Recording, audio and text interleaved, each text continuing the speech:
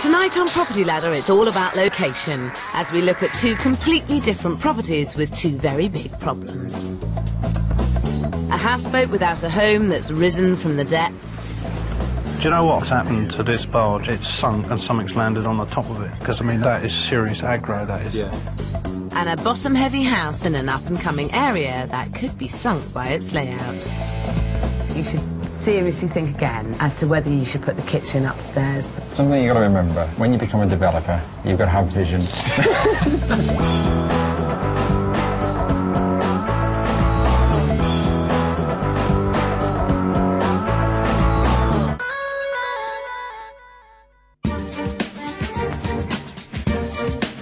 This week it's bricks and mortar versus steel and rivets as a period house in a great area goes up against a houseboat with no location at all. The properties could not be more different, but there's one thing that ties them both together. It's their locations that will make or break these developments. One of the greatest tricks you can play in this game is to buy a development in an area that's about to rapidly rise in value. If you can do this in today's nationwide explosive market, you should be onto a real winner. Accountant Darryl Broughton and IT consultant Peter Hopkins certainly think so. They've bought into the up-and-coming London suburb of North Greenwich, earmarked for the 2012 Olympics, and an area that's about to get billions of pounds worth of investment. Family homes round here have gone up by 18% in the last year alone, more than 10% above the national average. But while the area is great, the property itself will be very hard to get right. It's an awkward three-storey Victorian house with a dingy lower ground floor that will be hugely difficult to make appealing. But they're so confident about making money, Darryl has halved his hours as an accountant, so he's got more time to manage this project. I wouldn't say I was scared. I'm probably quite excited about doing it. I think we're actually going into property developing. 25 miles away on the River Medway near Strood in Kent, metalworker Vernon Francis and his wife Sue have pulled off the remarkable feat of buying a property with no location at all. They're gambling their life savings on this huge motorless barge with plans to make a 3-bedroom floating home. But over 90% of houseboats are sold with moorings, and Sue and Vernon haven't got one. This is going to be a major problem.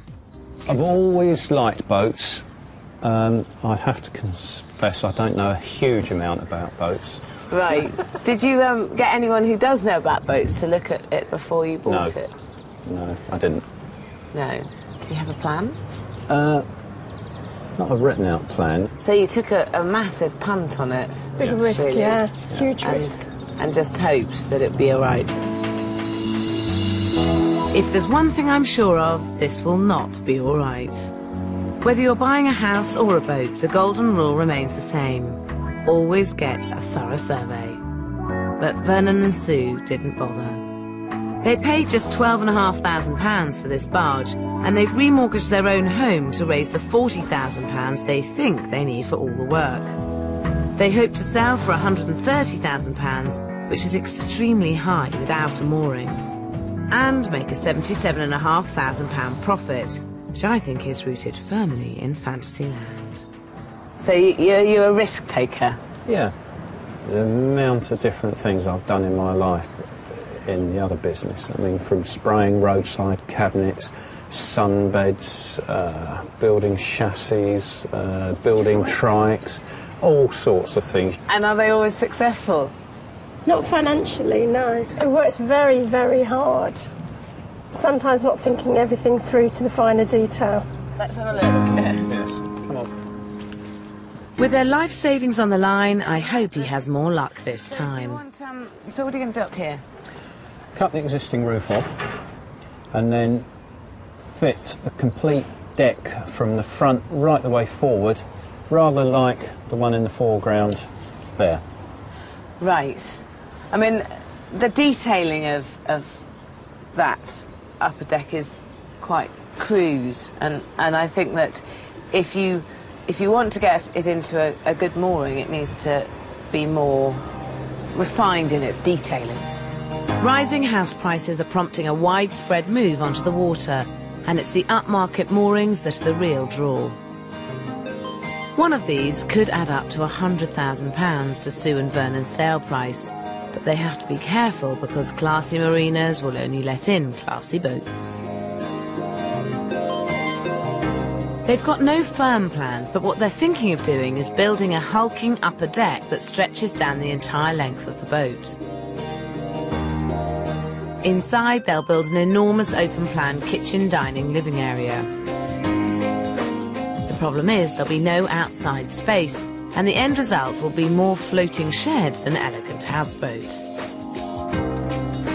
I think they need to scale back the upper deck by about 50%. There'd still be enough room for a comfortable kitchen diner, but it's a much more conventional nautical design that also frees up room for outside space. In what you've just said to me, might be worth me considering shortening it slightly. Somebody who lives on a boat, it is a lifestyle choice, and whilst you don't need a big garden because no one is going to be playing football on it, you do need an area that they can sit outside. Definitely worth considering. And then, downsizing the living quarters would certainly ease Vernon's workload. He's hoping to do the whole job on his own in just 3 months, but it looks like it would take him that long just to do the lower deck. Gosh, it really is just an empty hull, isn't it? Absolutely. It does look quite rusty. Is this watertight? It is, yes. It is? Yeah. OK. In fact, with no survey, Vernon can't be sure. There's a dry dock inspection booked in for next week. I only hope they're not in for a nasty surprise. Seaworthiness aside, down here they're wanting to squeeze in the kind of layout you'd expect to see in a family home, with 3 bedrooms, 2 bathrooms and a utility room. But a houseboat is much more likely to be bought by a couple wanting fewer and larger rooms.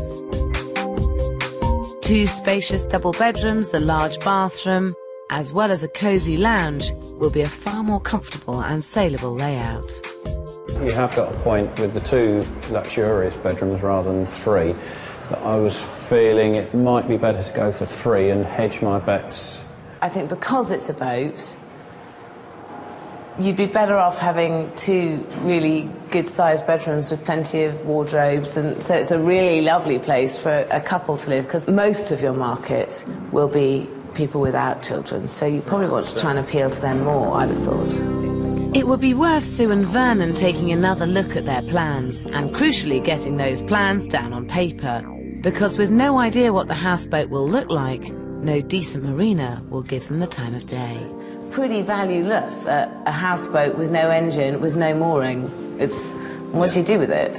So without the mooring, you're really stuffed. Yeah, I see what you're saying. What I'm not sure Sue and Vernon realise is that good moorings are like gold dust. If I was them, I wouldn't spend a penny more on this development before finding a home for their houseboat.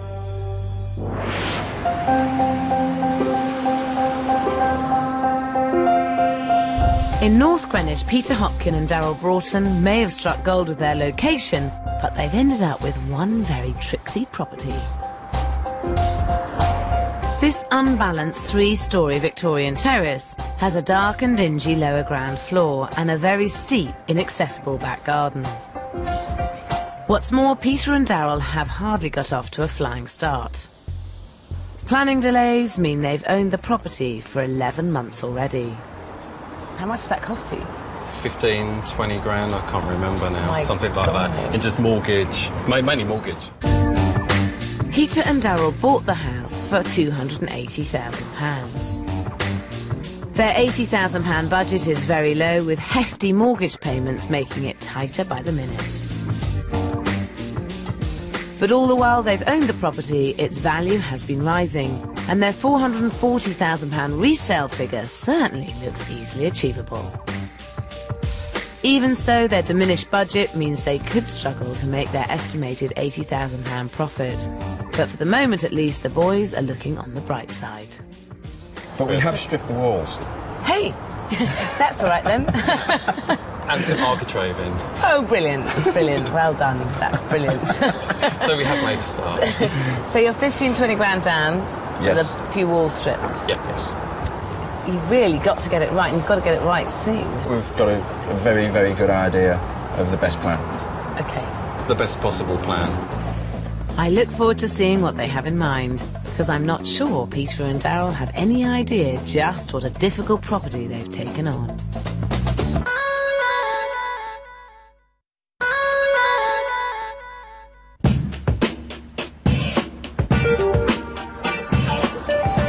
Daryl Broughton and Peter Hopkin are banking on their North Greenwich development to make them a tidy £80,000 profit. They've nailed the location, but the property is little more than a shell and will take a lot of brains to put right. That's because when a third of your house is below ground level, making it appealing is a real head-scratcher. It's actually quite a long way below ground level. It is so dark and it is so the light is so restricted. It's actually quite unpleasant down here. The Victorians built thousands of properties like this, but the lower ground areas were usually meant for staff, and making the downstairs work for today's lifestyle is tricky. The top half of this 3-bedroom, 3-storey house, though, is less problematic. Here they plan to convert the loft into a master suite, which will score well with the family market. The floor below has 2 bedrooms. They want to add an ensuite, and I agree this will also add value. But it's downstairs that poses the real conundrum. On the ground floor, there's a large living area and a tiny kitchen. And on the gloomy lower ground floor, there are 2 bedrooms and a bathroom. Peter and Daryl want to make this dark area the heart of the home by knocking through to create an open-plan kitchen, dining, living area. Then they want to carve up the lighter floor above into an odd hodgepodge of living room, bedroom and bathroom. I think there might be a better solution. I have actually got a completely new plan for your whole development, which is very, very radical and very different to what you'd thought you were going to do. But the best way to describe it is outside in the garden, so come with me and I'll show you. Great. There's always a compromise to be made with this type of property, but I don't believe it should be the main living area. I would simply refurbish the lower ground floor to create a playroom at the front and a decent-sized bedroom and bathroom at the rear.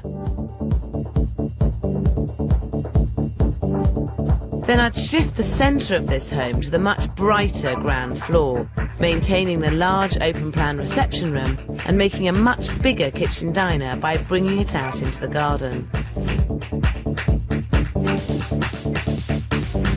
A wraparound walkway would tie all the areas together in a solution that is both functional and stylish.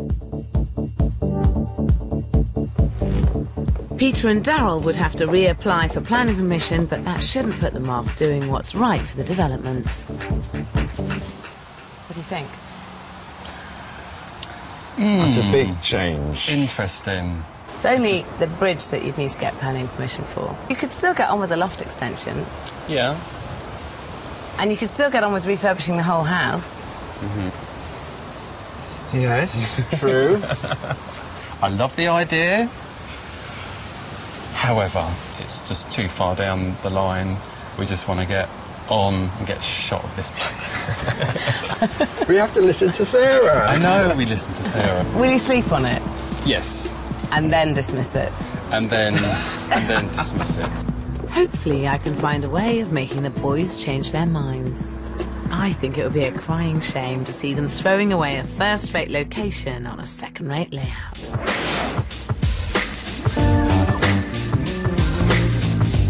25 miles away in Strood, it's a nail-biting day for Sue and Vernon Francis. They bought this rust bucket without a survey.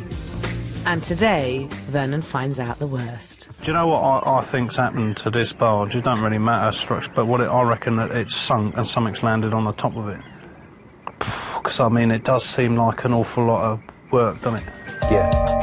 A third of the hull will have to be replated. It's a bit like re-roofing part of your house, and this doesn't come cheap. For Paul Rutherford, the boatyard owner, it's an open and shut case. Do you know what? I mean, you know, don't take it the wrong way or nothing, but I mean, if I was you, I would seriously consider cutting your losses, flogging it, and getting something that ain't got all those because I mean, that is serious aggro, that is. Yeah. Welding on new plates could cost up to £10,000. Right at the start, this project is teetering on the brink of collapse, and it's not helped by Vernon's finger-in-the-wind budget. The £20,000 they've allocated for labour and materials is woefully small. The kitchen and bathrooms budget is just £3,000. And on furnishing and decoration, he's allowed £5,000. For professional fees and costs, there's £6,000. And a contingency of £6,000 that's already looking like history. The total budget of £40,000 is completely unrealistic. Even for a skilled metalworker like Vernon, replating the hull is a massive task for one man to take on. It's a terrible blow. It will rip his 3-month schedule apart and push them even further into debt. I'm happy to admit I'm wrong when I'm wrong. And I just don't know if I can do the job.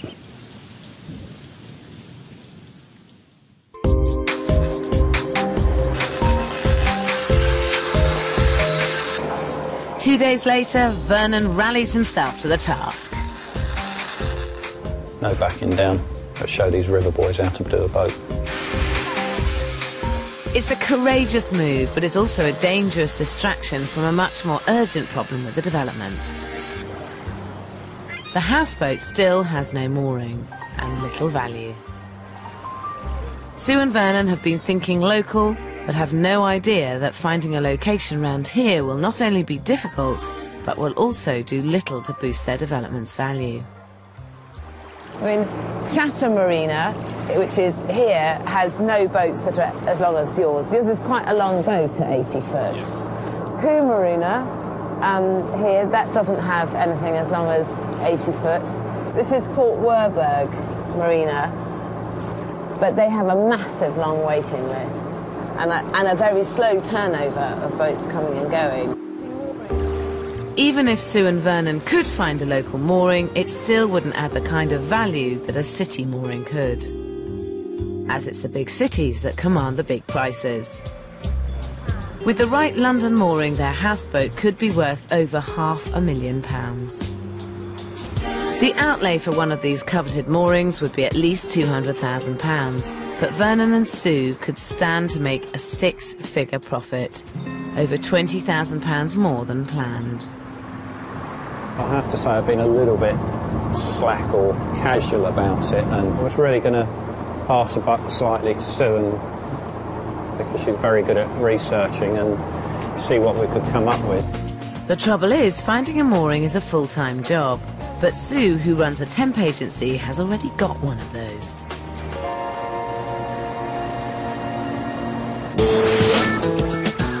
In Greenwich, it's week 1 of Peter Hopkin and Darryl Broughton's build. They're about to start knocking through the dark and dingy basement into this property's main living space. But I'm determined to have one last go at changing their minds. I really think you should seriously think again as to whether you should put the kitchen upstairs, because it is very dark down here. From upstairs you can see the garden, it's light, it's bright, and down here would make 2 really good bedrooms. I mean, it doesn't matter if bedrooms are a little bit darker. Once it's all light, white walls, cream walls, it's going to be a lot brighter. Something you've got to remember, when you become a developer, you've got to have vision. Really? I really admire their spirit, but developing is a business, and the concept I want them to apply to their development is that of upside-down living. It's not unusual for creative developers to put the living areas upstairs if that's where the best light and the best views are. It might feel topsy-turvy to put the bedrooms in the lower ground floors of a property, but sometimes it actually makes perfect sense. They're cooler, quieter and more private. If that means flipping the layout of the house, then don't be afraid to break from convention. As As it stands, it's also a huge hike up 3 flights of stairs from the kitchen to the master bedroom. Hardly ideal when it comes to making your early morning cup of tea. The kitchen is staying in the basement. Is it? Yeah, it's not moving. Definitely? Yeah, staying there. The plans have been made, drawn, designed. It's ready to go. Right, so battle lost and over. Absolutely. Peter and Daryl are sticking to their guns and get straight to work knocking through their brand new subterranean living area.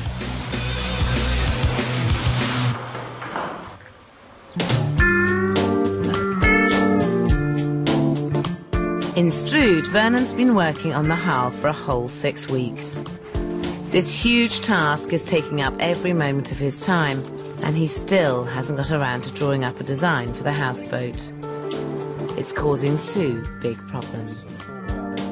Sue's trying to find a mooring, but with little idea what the boat will look like, no mariner will even talk to her. I know that you're pushed for time.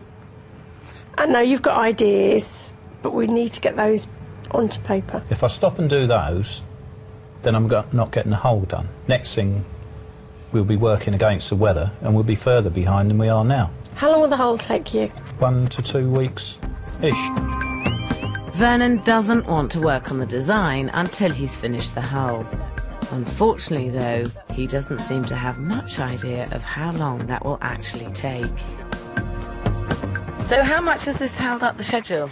I don't really work it out exactly, but quite a few weeks, really. So do you have a schedule?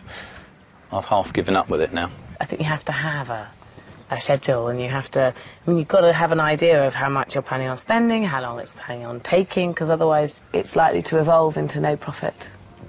No, it's not going to do that. Isn't it? No. The success of Sue and Vernon's new venture is looking decidedly shaky.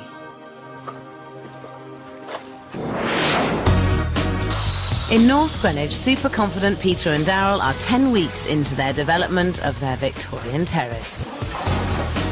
The basement has been completely opened up and upstairs has already been replumbed, rewired and replastered.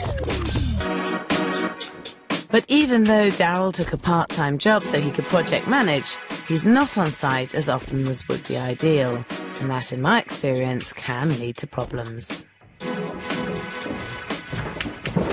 So this RSJ here is basically going to sit the width of the floor here, which is going to support the loft conversion. Yeah, and it's not in. So why has all this work been done then? Why have they plastered? Why have they... Well, I don't know. Why haven't they picked this up? The supporting steel that should have gone in hasn't. Really, this should have been spotted much earlier. Now Peter has to try to sort it out with the main contractor. So what concerns me is why this wasn't put in prior to, you know, having all this done. It was our mistake, but I mean, they done straight away the straight ceiling in this room when you ask them, so that's why it's happened. They can't agree a solution with the builders, and Peter's starting to lose his perspective on this development. It's at the point where we're actually thinking, well, shall we bother with the loft conversion? This would be a huge mistake. I can understand that their confidence has taken a knock, but throwing in the towel is not the right option. I have been in your position where you're halfway through a job, it's all going wrong, and you just think, let's just cut our losses and run. The right thing to do is to stick with it. You have to do that loft conversion, because otherwise you really are in trouble when you come to sell that house. Yeah. There is one way they can make their lives an awful lot easier, but I'm not sure they're going to like my suggestion.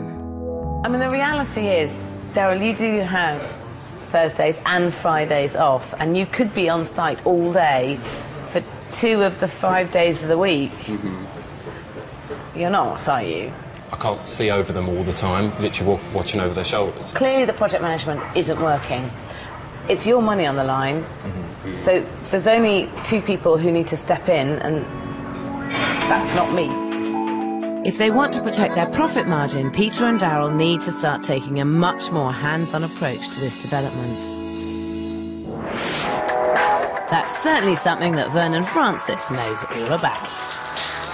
He's finally finished replacing the hull of his houseboat, which is a bit like re-roofing a house single-handedly.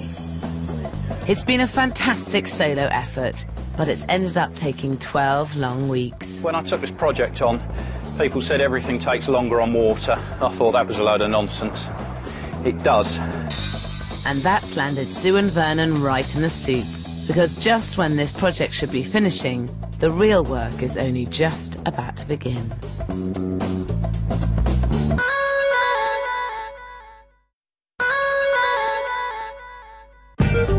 In Strood, 4 months into their development, Vernon and Sue Francis's luxury houseboat should be finished and on the market. Vernon won't earn a penny until they sell, and work on the lower deck is only just beginning. He's finally decided upon a spacious 2-bedroom, 1-bathroom layout down here, but there's still one huge problem that never seems to go away. Well, the lower deck plans aren't drawn yet, but I know where that is going to be and how it's going to work. And the upper deck, I quite probably won't do any plans for the upper deck. The truth is, Vernon can't do the plans because he still hasn't decided on the design. No drawings mean no mooring, and no mooring means little or no profit. I'm determined to make Vernon pin down a design once and for all. So I'm taking him to this houseboat moored near Chelsea in London. This is a prime piece of real estate. The boat is valued at £500,000, and whilst empty moorings here are practically unheard of, it's got just the kind of top-end design and specification that could get Sue and Vernon into a top-end mooring elsewhere. The right solution is a mixture between what you need inside and what it looks like outside. Now, you definitely want an outside space. I think that's really essential. Yeah. This boat, for instance, is about 2/3 covered, and then this open area at the back. And it's actually incredibly simple in its design, and it's lovely because of that. Vernon could do far worse than to copy this boat's layout inch for inch. On the lower deck, there are 2 large double bedrooms and an amazingly spacious bathroom. But it's the upper deck that really makes this houseboat quite special. Now, what do you reckon? Very impressive. It's lovely, isn't it? It is. I think in terms of the space, up here you've got your kitchen, which is a good-sized kitchen. You've got the dining area and the sitting area, and then you've got the outside space, and I think that's what you need to achieve for it to be a great houseboat. So the next job has to be that you get some drawings done of the outside of how it's going to look, so that Sue can work on getting you a mooring. Yeah. Time is marching on. Will you do some drawings? Yes, I'll do some drawings. Thank you for nagging me. No, I will. My nagging does pay off, and a week later Sue finally has the plans she needs to start finding a mooring. But even with plans, this was never going to be easy. Hello, I'm looking for a residential mooring. Hello, can you tell me, have you got any residential moorings? You don't. Okay, thank you very much. Okay, hello. Thank you very much for your help. Bye-bye. Thanks, bye-bye. It's been quite difficult trying to find a mooring. Firstly, because the boat is so long. It's an 80-foot boat, and secondly, because there aren't the residential moorings available that we thought that there would be. Only now, 5 months too late, are Sue and Vernon beginning to understand that they've risked a great deal on one very precarious development. In North Greenwich, Peter and Darryl had decided to go ahead with the loft conversion, but to keep the schedule on track, they've agreed with the builders to have the supporting steel projecting above the floor of the loft, rather than disturb the newly plastered ceiling below. It's cutting a huge corner, because now they've lost a precious 10 centimetres of head height in an area where head height is at a premium. OK, so how much head height are we actually going to get now? Theory now.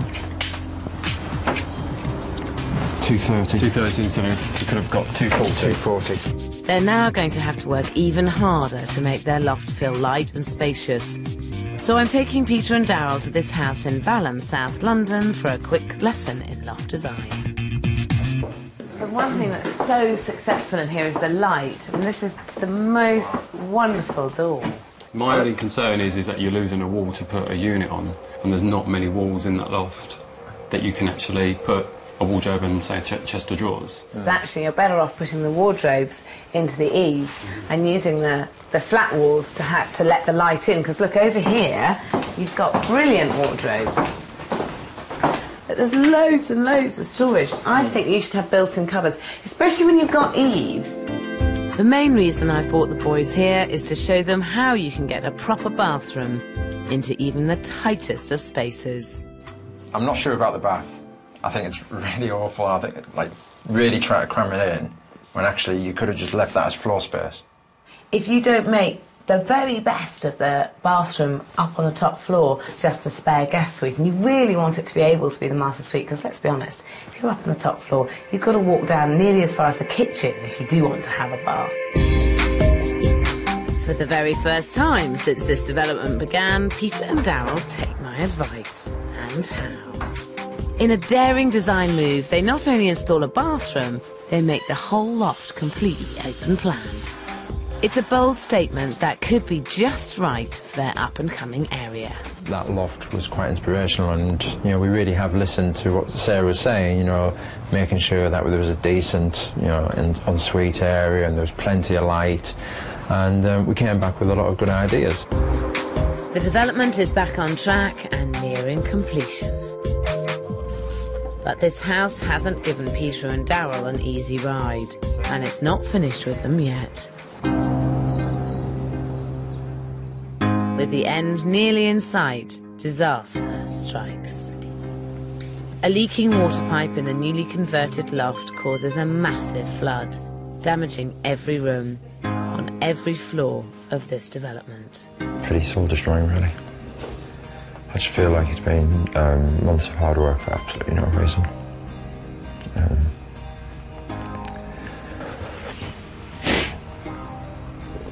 Can we stop that?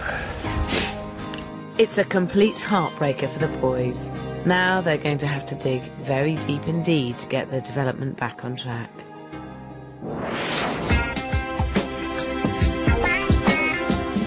In Strood, Vernon's houseboat is finally starting to make some real progress.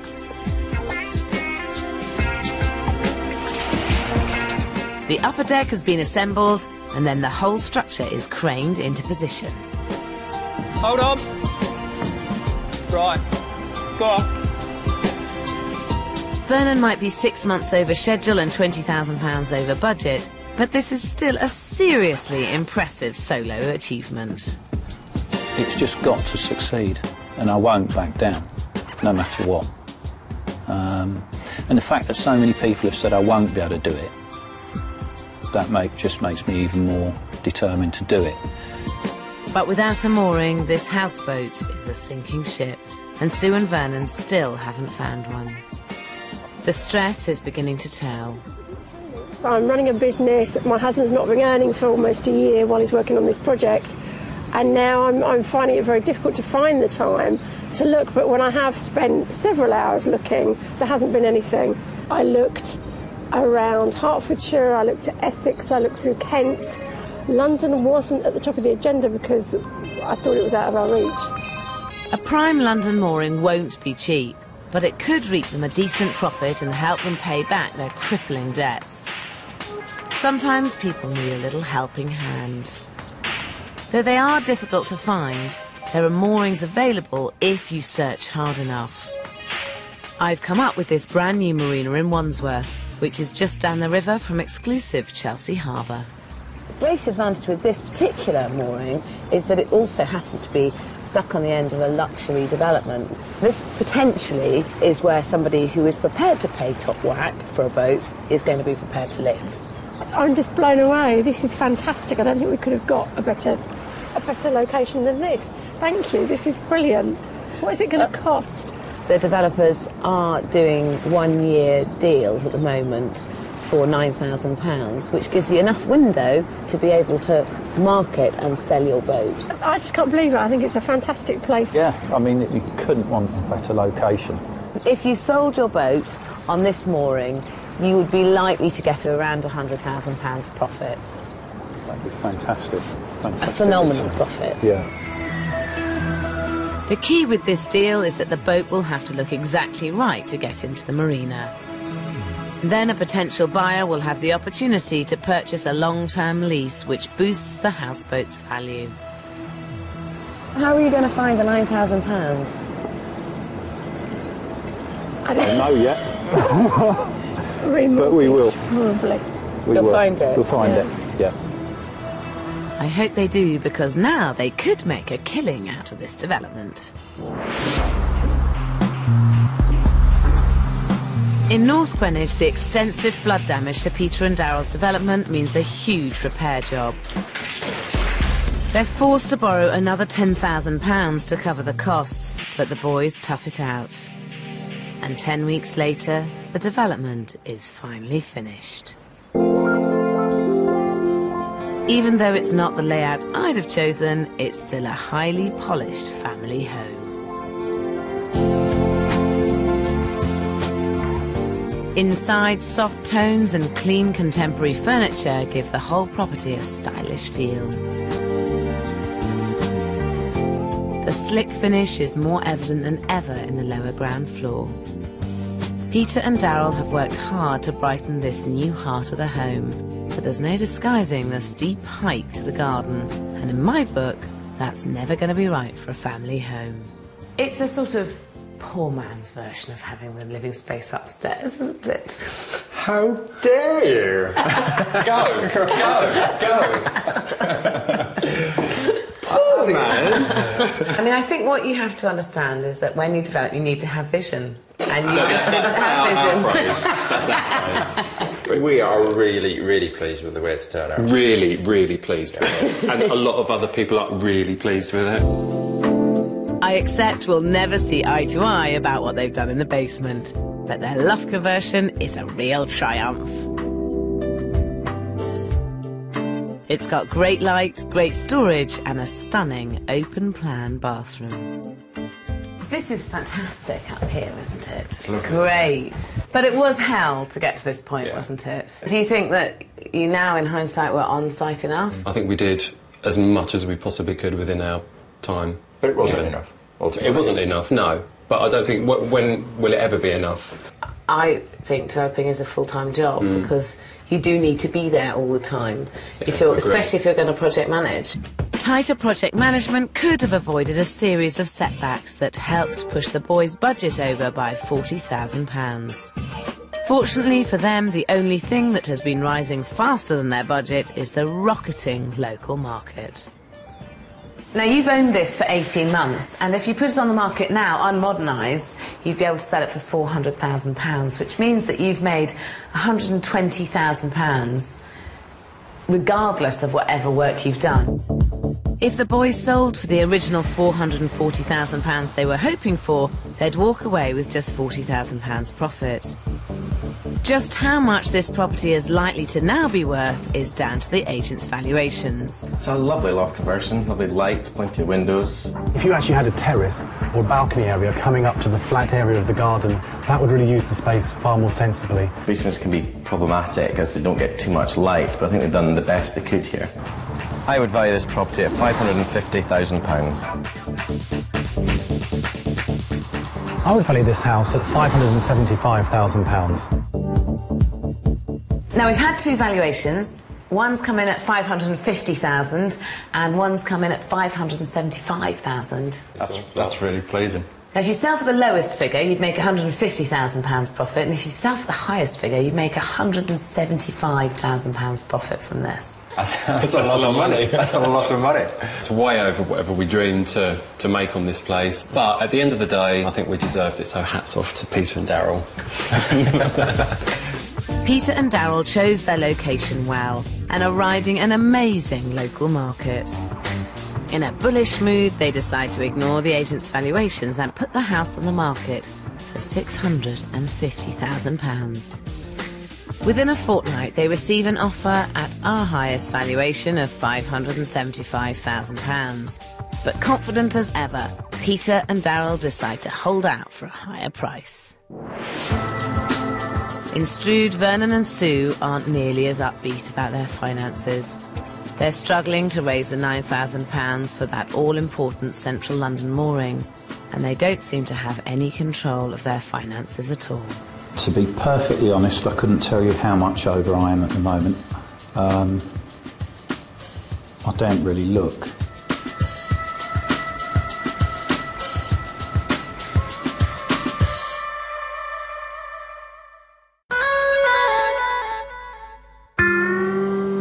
Months ago, Vernon and Sue Francis bought this tin pot barge with the hope of transforming it into a luxury houseboat. I never thought I'd say it, but it's finally finished. Sue and Vernon have ended up with a handsomely proportioned houseboat that won't look out of place in its new mooring. And that's right where they're heading. They've raised the cash they needed, and today their houseboat has completed her maiden voyage to her new upmarket London location.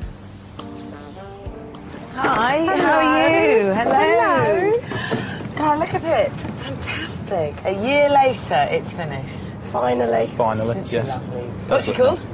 Taylor. After a daughter. Oh, so it's named after you, this great big boat. Vernon put his heart and soul into the boat, and what an achievement it is.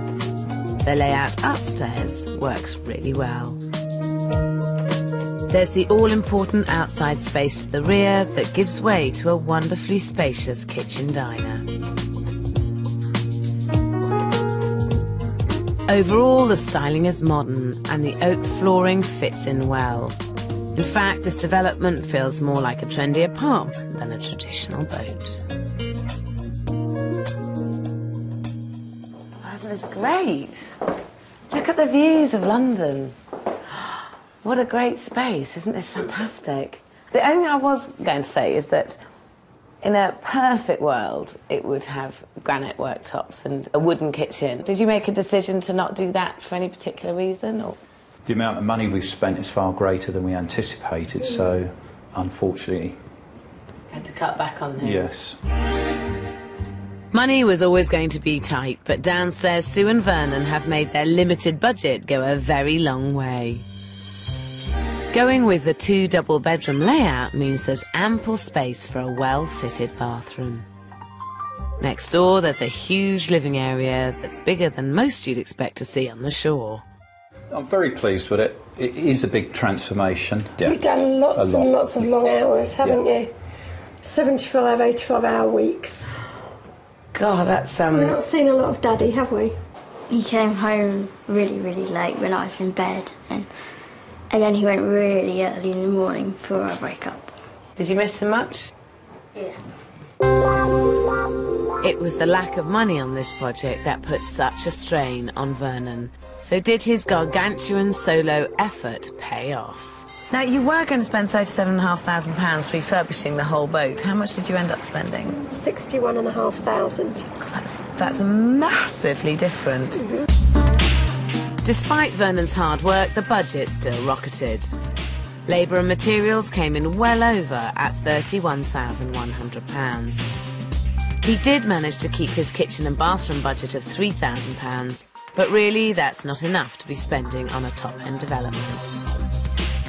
Furnishing and decoration almost doubled, coming in at £9,700. But he did make a saving on the professional fees and costs, which came in under budget at £4,400. Mooring fees ended up costing £13,300, meaning the final budget rose from £40,000 to a more realistic £61,500. Add that to the original cost of the boat, and the spend for the whole development is £74,000. £74,000 is still not very much money for a really spacious 2-bedroom house, which is effectively what you've got. And the mooring here could cost anywhere up to £275,000. So add those two together and you're in at £349,000, and that's the cost of it. The permanent mooring has to be bought separately off the marina, and its price could vary, but at today's value, a buyer would have to pay a combined price of £430,000 for the mooring and the boat to make Sue and Vernon's £80,000 profit. So what do the agents make of it? I really love the way they've maximised the glass in here. The ceiling height's fantastic, a real feeling of space. This is a wonderful space, isn't it? Really good. And it's great that you can see they've used a proper solid wooden floor, which is good. Oh, this is really nice. You don't feel as if you're on a boat at all. I would have hoped to see maybe a slightly sort of higher specification of kitchen units to go with everything else that's here. I would value this boat on a 60-year residential mooring here at £450,000. I would value this boat on a mooring in this location at £460,000. We would value this houseboat at around £460,000. We have had 3 agents round to value it, and they valued it at £450, £460 and £460. So if you sold it at £450, the lower figure, that would make you £101,000, and the higher figure of £460 would make you £111,000 profit. How would you feel with £100,000 in your pocket? I haven't really thought like that. I'm not even sitting here thinking I want a new car or anything. I just want to get to the But that wasn't the plan, was it? hurdle. The plan was another boat. Yes. So the plan already is that he's already found another boat to do. I can see why, because the figures look good. Sue and Vernon spent £74,000 on the houseboat, and the cost of the mooring would hike that up to £349,000. So if they sold for the upper valuation of £460,000, they'd make a tremendous £111,000 profit. But first, of course, they need to find a buyer. That's great. Wouldn't it be wonderful waking up here every morning? It's so light. Funky room. Ooh, love the roll. And nice to have a separate shower here. That's unusual. You don't often get that in London, let alone on a boat. Feels much, much more like an apartment. Upstairs it felt much more like a boat. The positive feedback suggests this could be the start of a great houseboat developing career for Vernon. So this is the beginning of a boat-building empire, then, is it? Well, it'd be nice to have an empire, but yeah, maybe a boat building career, yes, certainly. Boats is the way forward for us, isn't it, to make money? Yeah. It should be plain sailing.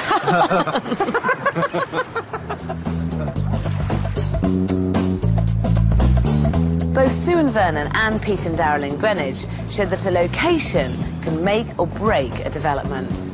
Pete and Darrell didn't get their property spot on, but they should do really well from a rocketing local market. As for Sue and Vernon, bringing their houseboat to central London should make the development an out-and-out success.